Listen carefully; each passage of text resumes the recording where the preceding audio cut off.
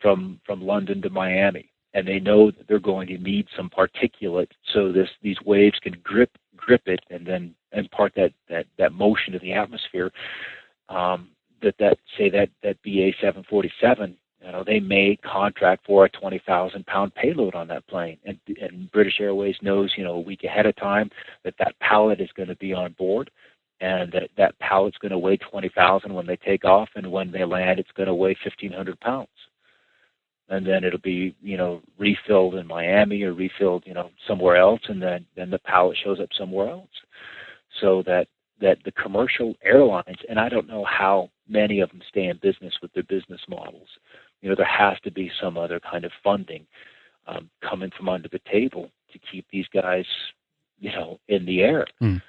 I think there's a hidden revenue stream that these airlines participate in. And then I absolutely know there's a dedicated fleet because of the precision of these flights in relationship to previous chemtrails that are already in the sky. And once you have one marked in the sky, they have a pretty good idea where the trail is going to break or tear or twist, unlike the rest of the trail. And then a secondary flight comes across and hits it at that precise place. That's not possible with passenger-carrying aircraft. Mm-hmm. It's just not possible. Yeah.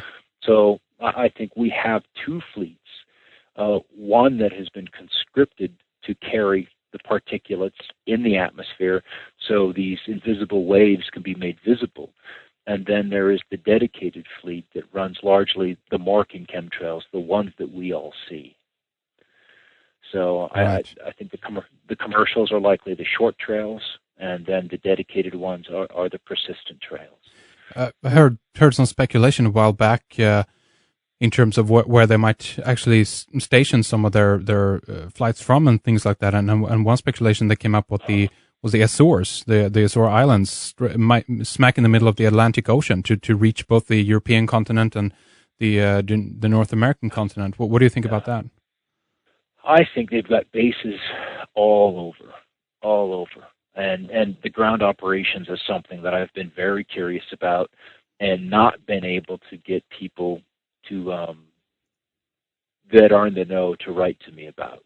That has been an area that I'm hungering to know, but I haven't had a lot of inside information. I just moved from Fort Collins, which is about an hour north of Denver, and I was up in the foothills. So I had a fantastic vantage point of the skies over northern Colorado, and I could see the northbound flights out of Denver International, and I'm going to name names, Alaska Airlines. When those planes would reach about 14,000 feet, boom, on would go the mixture, mm-hmm. and the trails would begin. So I think they do a lot of intermixing their specific dedicated chemtrail flights in the commercial traffic.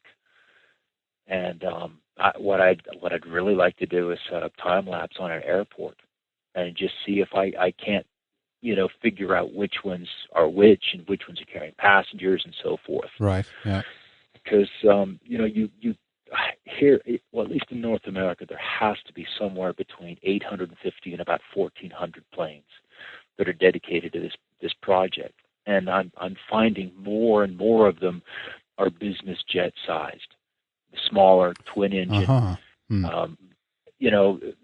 20 to 60 passenger. They're cheaper. You can buy those planes for $40 million rather than having to buy a 737 or a 747, something like that. So there's lots and lots of smaller business jets that are now participating in this, and some of them can stay aloft for 14, 15 hours.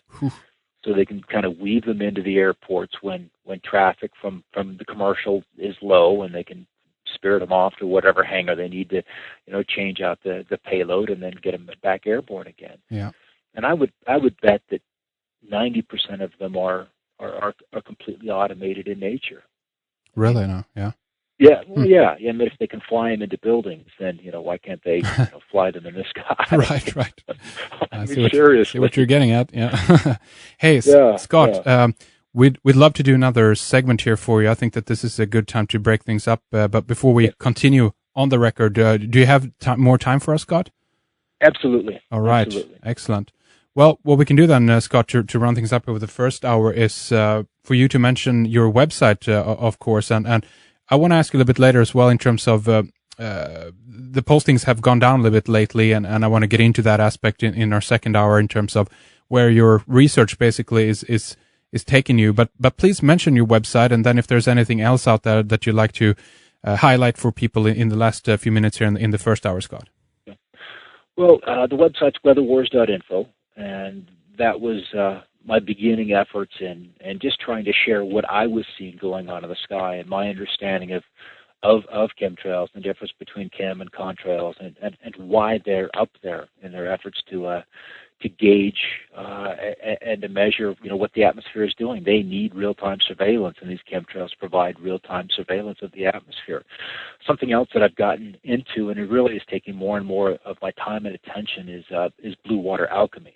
And we talk about the pollution in the environment, and what we do with blue water alchemy is make something called Ormus, and it's a fantastic way of detoxing the body, and getting some of these monatomic elements and those things that the human body is going to need in the system in preparation for a shift in consciousness, because the Ormus, the monoatomics, do directly connect you to your light body or your energy body. And as we go through these very, very challenging times, ahead of us, having an open conduit to inner guidance, I don't think there's anything more valuable than that. And that's where a lot of my attention is going now, is off to blue water alchemy and enabling people to connect to that aspect of their higher selves, so we can see through all the BS that's being fed to us on a daily basis. All right. Excellent, Scott. The website's there again then, weatherwars.info, and the new site that you're putting in some time into right now, more so, is bluewateralchemy.com. And I'll ask you a little bit more about that later on here as well. But stay with us, Scott, and we'll be back for more after this short break. That is our first hour. Members access hour 2 right now. Join us as we discuss the bigger picture of weather manipulation and the connection to orgone energy and spiritual warfare. We talk about air traffic controllers speaking out, the ballet in the sky, as Scott calls it, the absence of chemtrails during the Iceland volcano eruption, and the air flight ban. We talk more about the energy tools used, scalar weaponry, resonance patterns, kymatics, orgone energy, and Wilhelm Reich. How the ether is being wrecked, where the technology comes from, how the elite has got help from the outside, and what the dark agenda is. We wrap things up talking about Ormus water, or blue water alchemy, monoatomic elements, the energy body, the Rodin coil, solfeggio tones, and more. So don't miss hour 2 with Scott Stevens. Click on members to log in or to sign up.